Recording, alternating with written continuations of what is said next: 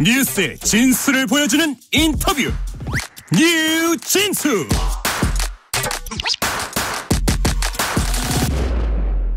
뉴스의 진수를 보여주는 인터뷰 뉴진수. 북한이 헌법에 대한민국을 제1적대국이자 불변의 주적으로 명기해야 한다고 선언했습니다. 또 극초음속 고체연료 탄도미사일 도발도 서슴지 않고 있는데요.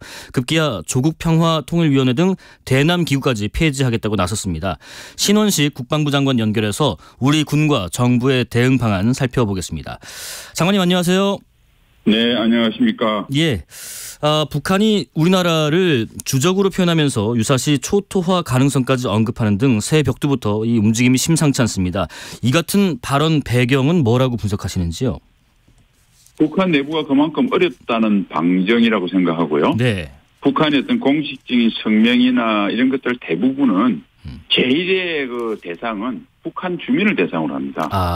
그러니까 지금 북한이 경제 상황이 갈수록 악화되는 가운데 위기 고조를 통해서 체제 결석을 도모하고자 하는 것이 가장 큰 이유라고 봅니다. 네네. 앞으로도 아마 전쟁과 발발 가능성을 계속 부각해서 민심 위반과 불만을 좀 잠재우고 북한 주민에 대한 독려와 통제를 강화할 것으로 예상이 됩니다. 네네. 그러나 또 군사적인 측면에서는 그들이 2021년 초에 8차 당대회 때 공언한 국방력 발전 5개년 계획 목표 달성을 위해서 핵미사일 능력의 고도화에 대한 북한 주민이 이에 대한 정당성을 믿을 수 있도록 그런 목적도 있다. 그래서 이제 실제 북한이 전면전에 익힐 가능성은 그들이 막 공언한 대로 높지는 않지만 네. 미국은 철저히 그에 대비하고 있습니다. 네네네. 그러나 만약 북한이 잘못된 결심을 하면 최단 시간 내에 북지도부는 종말을 구하게 될 것이라는 것을 다시 한번 말씀드립니다. 그 향후에도 북한이 우리나라의 총선 또 미국 대선 이런 그들이 표현하는 적대국의 주요 정치 일정을 겨냥해서 도발에 나설 가능성도 높다고 보시는죠. 그렇다면 그 의도는 뭘 노리는 걸까요? 네. 과거에라든지 최근에 북한의 상황으로 볼 때 전면전은 아니더라도 북지도발 시도할 가능성은 매우 높다고 판단합니다. 이건 일단 우리 군이나 정부의 판단뿐만 아니라 모든 전문가들의 공통된 견해죠. 예. 우리 대한민국에 대해서는 아마 전쟁 위협, 북지도발 등을 통해서 전쟁이냐 평화냐 구도를 만들어서 남남 갈등을 획책할 것이라고 생각이 되고요. 네. 미국에 대해서는 극단의 벼랑끝 전술로 대선 이후에 북한에게 유리한 전략 환경을 만들려고 할 것이다. 이렇게 생각을 합니다. 네네. 조금 부가해서 말씀드리면 예상되는 도발 유형은 우리에 대해서는 직접 군사 도발을 하거나 대규모 해킹, 가짜뉴스 유발 등의 사이버 심리전 또는 도발 주체를 식별하기 어려운 회색지대에 도발을 할 것 같고요. 미국에 대해서는 ICBM 고과학 발사나 실거리 발사, 7차 핵실험 등 고강도 핵미사일 전략적 도발을 통해서 미국의 대북 정책을 자신에게 유리하게 전환시키려고 이렇게 시도할 것으로 제가 생각을 합니다. 저희들은 생각을 합니다. 예, 조금 전에 잠깐 언급하셨습니다만 장관님께서 이 북한이 이런 어떤 물리적인 도발 외에도 소셜 미디어 등등 다양한 수단을 활용해서 대규모 해킹 이런 걸로 사회적인 혼란을 조성할 수 있다고 보신 것 같은데 지금 현대전은 이제 이런 혼란 양상을 먼저 치러놓고 본격적인 무력전으로 하는 그런 시인 건가요? 네, 그런 것들을 동시에 하거나 먼저 하거나 이렇게 앵커님 말씀한 대로 할 것 같고요. 참고로 지난해 11월경에 경찰청에서 북한이 우리나라 장차관 등 한 1,500여 명에 가까운 이메일 해킹했다고 발표했습니다. 그만큼 북한의 사이버 테러가 노골화되고 있거든요. 올해도 현재 상황으로 볼 때 이런 사이버 위협은 그리고 심리전 위협 이런 것들은 점차 더 높아질 것으로 이렇게 예상하고 있습니다. 그리고 북한이요, 극초음속 기동형 중장거리 고체연료 탄도미사일 시험 발사에 성공했다고 주장하고 있는데 지금 이 미사일 같은 경우에는 탄두부 모양도 중요하지 않습니까? 이게 원뿔형이냐, 글라이더형이냐 이렇게 나누기도 하던데 북한이 공개한 사진을 보면은 원뿔형인 것 같은데 우리 군의 공식적인 첫 평가도 좀 듣고 싶어요. 과거와 비교했을 때 우리 군 당국도 그렇게 평가를 하고 계신지요? 이제 말씀하신 활공체형과 원뿔형 중에서 북한이 활공체형은 다 실패를 했고요. 원뿔형은 2022년 1월에 일부 성공한 바가 있습니다. 이번에 했던 것은 그 형태로 볼 때 원뿔형이고 그러나 이제 2022년하고 좀 차이점은 과거는 액체 추진 미사일이었다면 이번에는 신규 개발 중인 고체 추진체다. 이렇게 돼서 일부 진전이 있는 것으로는 평가합니다. 원뿔형의 고체 추진 그리고 일부 진전이 있는 것으로 평가한다고 말씀하셨습니다. 그러면 극초음속 미사일 수준과 능력은 어느 정도인지 또 전력화 예상 시기는 언제쯤으로 예상하시는지 마지막 하나 더요. 추가적인 시험 발사, 도발 이 국면도 계속될 것으로 판단하시는지요? 네. 우선 추가적인 시험 도발 계속될 것이라고 판단하고요. 아직까지 북한이 갈 길이 멀기 때문에 할 것입니다. 그다음에 이제 아까 말씀드린 것처럼 2021년 1월에 이미 국방력 발전 5개년 계획에 극초음속 미사일이 포함되어 있거든요. 김정은이 지시입니다. 그러니까 계속할 것으로 예상하고요. 지금 기술 수준은 이게 극초음 미사일은 아주 선진국들도 개발 중인 고난도 기술이거든요. 북한의 능력으로 볼 때 전력화 시기를 언제다라고 단정할 수는 없지만 상당한 기간이 소요될 것이다 이렇게 봅니다. 단 우리 군의 대비태세는 이게 개발됐다고 보고 시간의 문제니까 대비태세를 갖추고 있다 이렇게 말씀드리겠습니다. 그 미국 전문가들이요 현 안보 상황을 한반도 6.25 직전보다 위험하다랄지 아니면 김정은이 김일성처럼 전쟁에 나설 전략적 결단을 내렸다라는 식의 평가도 있습니다. 한반도 안보 상황의 심각성을 주장한 건데요. 오늘은 특히 헌법에 대한민국 제1적대국 불변의 주적을 명기한다라고 또 공식적으로 선포하기도 했죠. 이에 대한 국방부 입장도 좀 듣고 싶습니다. 네. 북한의 어떤 이런 공갈이나 위협에 대해서 우리는 최악의 상황을 상정해서 우리 군은 철저하게 대비하고 있다. 특히 한미연합군은 이에 대한 대비를 잘 갖추고 있다고 우선 전제를 하고요. 현재의 안보 상황을 6.25보다 더 위험하다. 6.25 전쟁 직전보다 라고 미국의 전문가에 대해서는 지나친 과장이라고 봅니다. 오히려 그러한 주장이 북한의 심리전에 말려들게 되고 가짜 평화 또는 북한의 입장을 두둔하기 북한의 어떤 퍼주기 이런 잘못된 우리 수십 년간 북한에 대해서 해왔던 실수를 반복할 우려가 있기 때문에 냉정하게 봐야 된다고 생각합니다. 6.25 전쟁하고 비교해서는요. 6.25 전쟁은 HS9으로 한미동맹이 없었습니다. 지금 세계에서 가장 강력한 한미동맹이 있고요. 당시는 냉전 초입으로 북한이 중국과 러시아로부터 절대적인 지지를 받았습니다. 지금 그렇지 못합니다.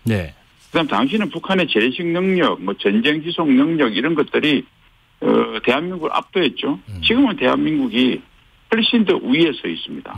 북한이 이제 유일하게 핵을 개발했다는 건데 그것은 북한의 핵보다 수백 배, 수천 배 강한 미국의 핵을 한미가 함께하는 확장 억제로 능력을 가지고 있습니다. 그러니까 당시 조부인 김일성이가 일으켰던 전쟁 상황과는 거의 대부분 반대다. 이렇게 생각을 하고 있고요. 단지 이제 우리 군은 누차 말씀드리다시피 결코 경시하지 않고 철저히 대비하고 있습니다. 그러나 국민들께서는 이러한 위협 공갈에 너무 휘둘리지 않기를 당부를 드립니다. 그리고 또 북한의 그 하마스 지원 가능성에 대해서도 국제사회가 굉장히 주목하고 있습니다. 장관님은 그 가능성 어느 정도 수준으로 파악하고 계신지요? 우선 대전차 무기가 F7이 북한의 RPG7과 유사하다고 하는 것은 보도에 나왔고요.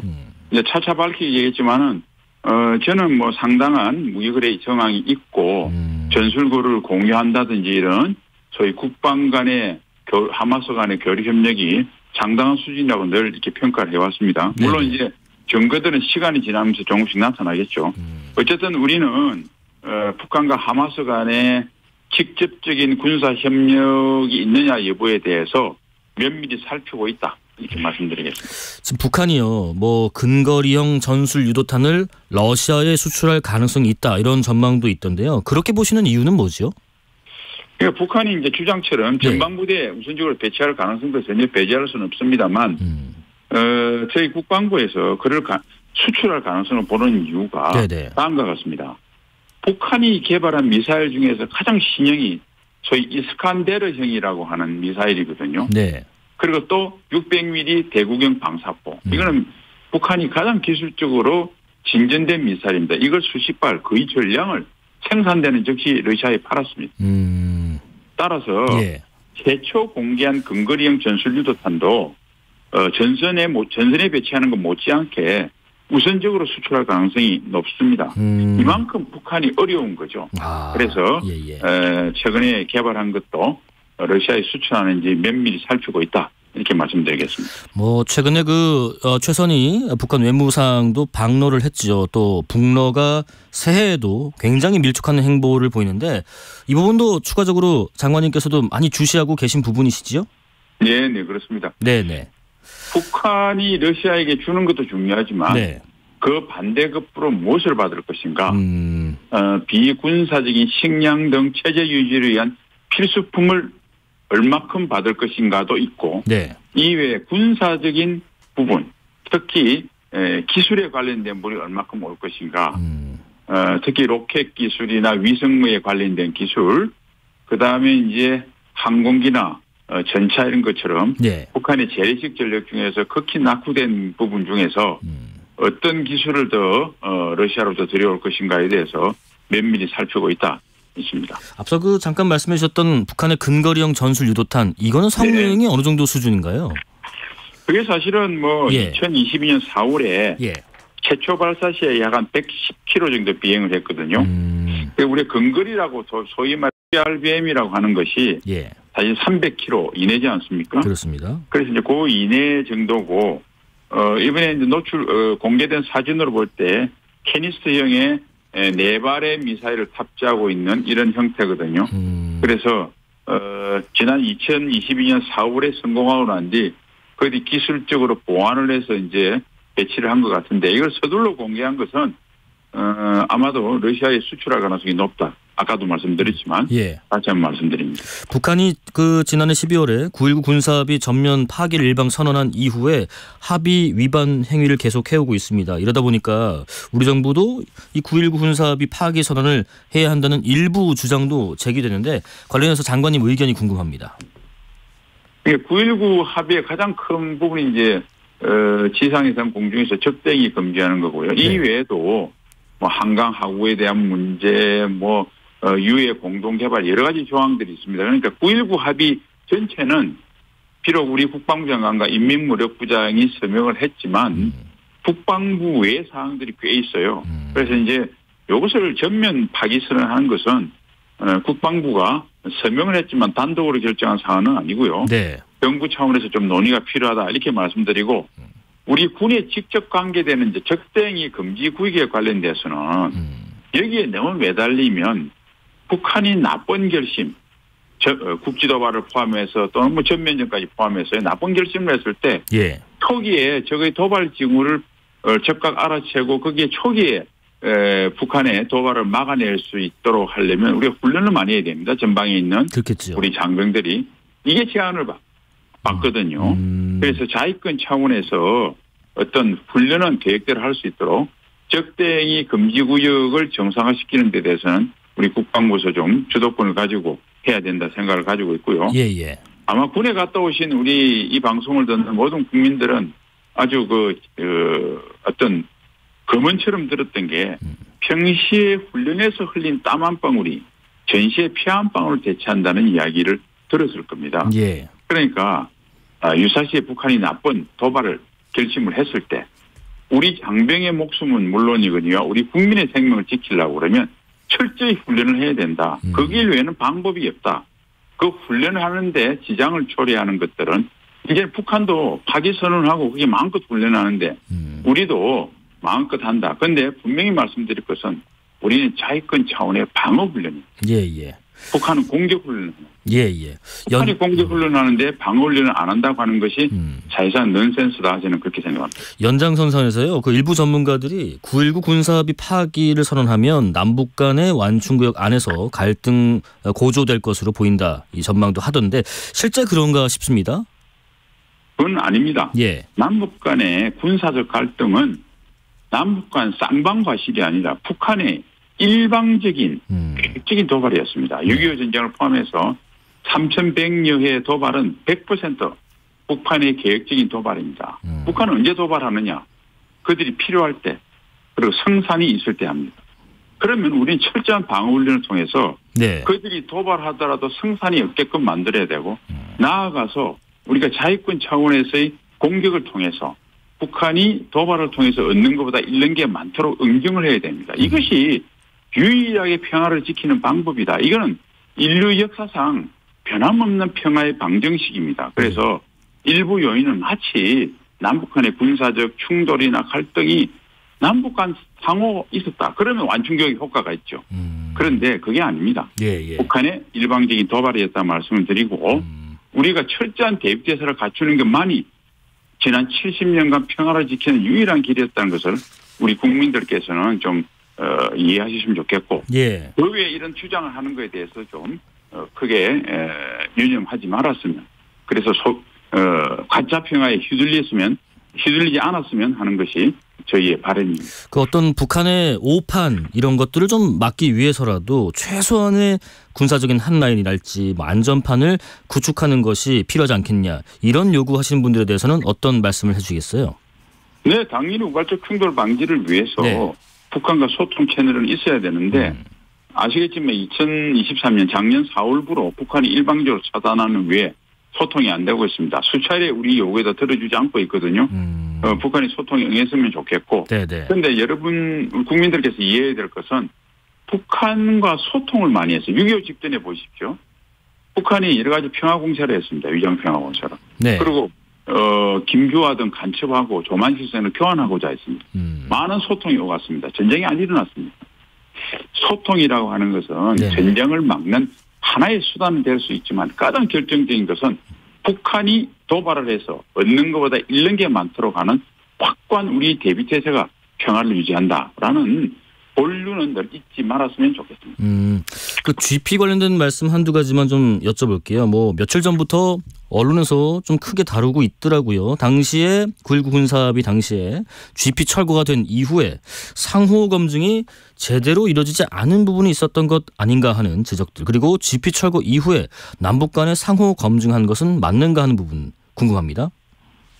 지금 북한의 GP 복원 동향과 속도로 볼 때 지하시설은 그대로 존속할 가능성이 대단히 높은 것으로 판단합니다.